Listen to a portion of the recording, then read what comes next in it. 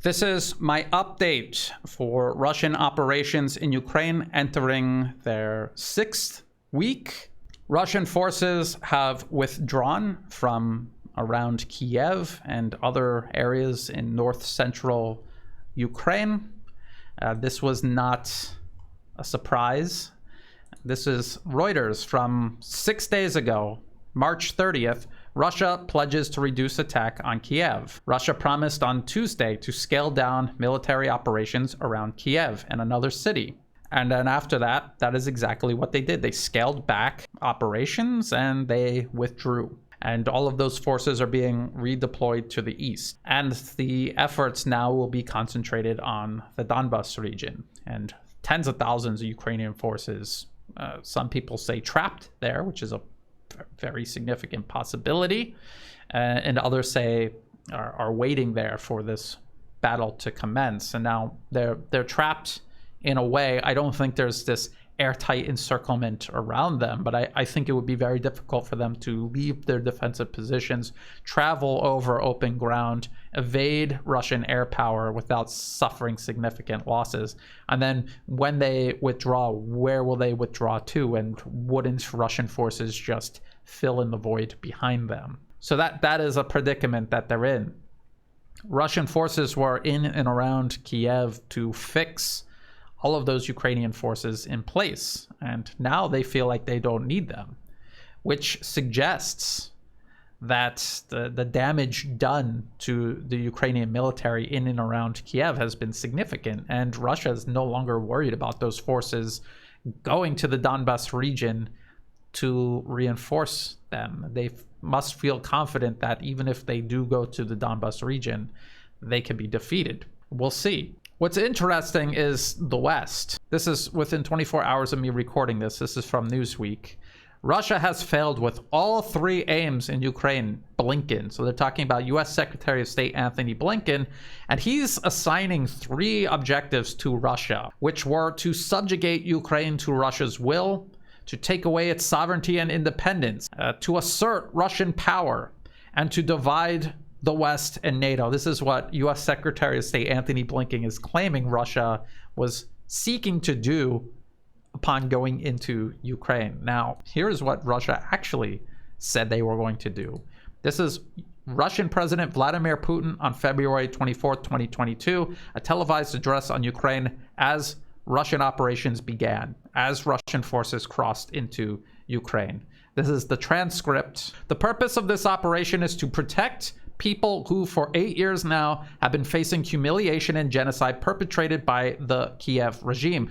To this end, we will seek to demilitarize and denazify Ukraine, as well as bring to trial those who perpetrated numerous bloody crimes against civilians, including against citizens of the Russian Federation. It is not our plan to occupy the Ukrainian territory. We do not intend to impose anything on anyone by force. So that's what Russia actually said versus what U.S. Secretary of State Anthony Blinken is assigning to Russia.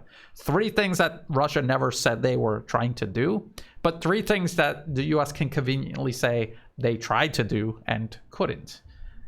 And even then, it's not actually all that convincing. Now, what of Russian President Vladimir Putin's objectives? What of that has actually been achieved or is in the process of being achieved?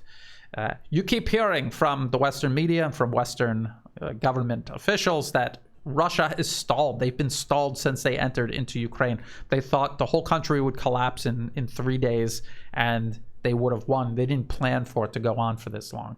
However, and I have done this every single one of these updates, I have gone to the U.S. Department of Defense's official website. I read the transcripts of these press briefings, and when they're talking about Ukraine, they're talking about how Russia staged a huge amount of men, machines, and munitions along the border for extended combat. They have been fighting intensely all across Ukraine for a month now, and they haven't even had to replenish any of those stocks that they prepared ahead of time.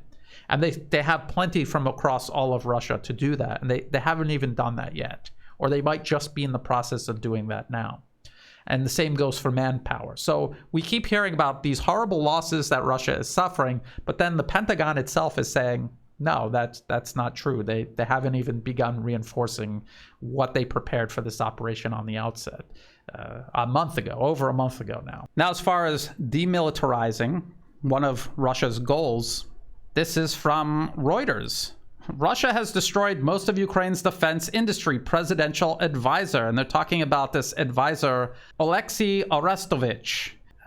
He's Ukrainian presidential advisor, and he has said they have practically destroyed our defense industry. So it sounds like Russia's objective of demilitarizing Ukraine is right on schedule. And not even a month into fighting, and their defense industry has been destroyed. And now Russia is pivoting all of their operations toward Donbas, and tens of thousands of Ukrainian forces more or less trapped there. And so it looks like demilitarization is going as scheduled now. As far as denazifying Ukraine, it seems as if there was a very significant number of Azov fighters in Mariupol. They're all being either detained or destroyed. They're being completely liquidated in Mariupol. That's what President Vladimir Putin said he was going into Ukraine to do, and that's what is happening before our very eyes. The idea that Russia was going to take over the whole country in 3 days is ludicrous. I've talked in another video about Bucha, this area outside of Kiev where Ukraine is claiming Russia carried out mass killings as they were retreating. And as I pointed out, Russia said that they were going to leave. That's over 6 days ago. They said they were going to leave, and then they began the process of leaving. It was an organized withdrawal. Why would they, at the end of it, just kill all of these people and just leave them there to incriminate themselves and portray Russia as war criminals on the international stage? For what purpose would that serve? And I pointed out in that video how even the West has noted that Ukraine has tortured and killed prisoners of war on camera in front of the world. They have positioned their military equipment among the civilian population, essentially using them as shields, costing civilian lives, again, in contravention of international law.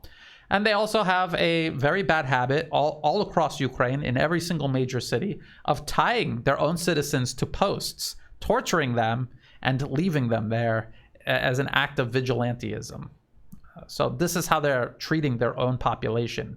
If Ukrainian forces were to re-enter into Bucha after Russian forces left, and they saw all of these people who have been living side by side with the Russians for a month now, in their mind, they would see them as collaborators. And if they would tie someone to a pole before even being occupied by Russia, what do you think they would do to these people after the occupation and after not sufficiently resisting?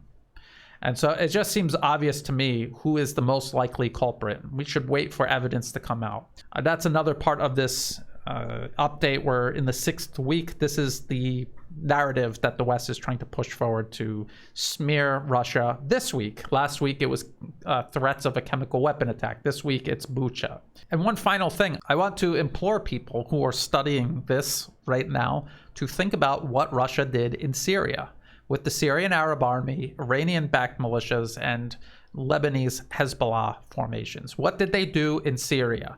They established lines of contact with the enemy across the entire country, and then they took a designated force to encircle and take one city after the other. And they would move through the country to areas where they were needed. And sometimes a situation would arise where they would need to stop what they were doing and go somewhere else, because that's the reality of the battlefield. It changes. You have to react to it.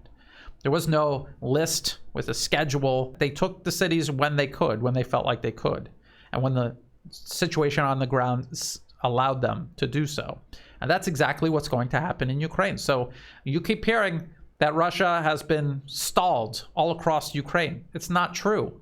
They went into the country. The first phase of operations was creating lines of contact with the enemy. Once they're established, you're fixing all of these Ukrainian forces into place. They're hitting all types of military infrastructure to the point where these Ukrainian presidential advisors are admitting that their military industry is destroyed.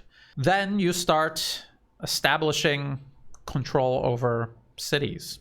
Kherson, taken by Russian forces, still under Russian control right now. And it's part of a land bridge connecting Crimea through southern Ukraine to the Donbas region and the Russian Federation.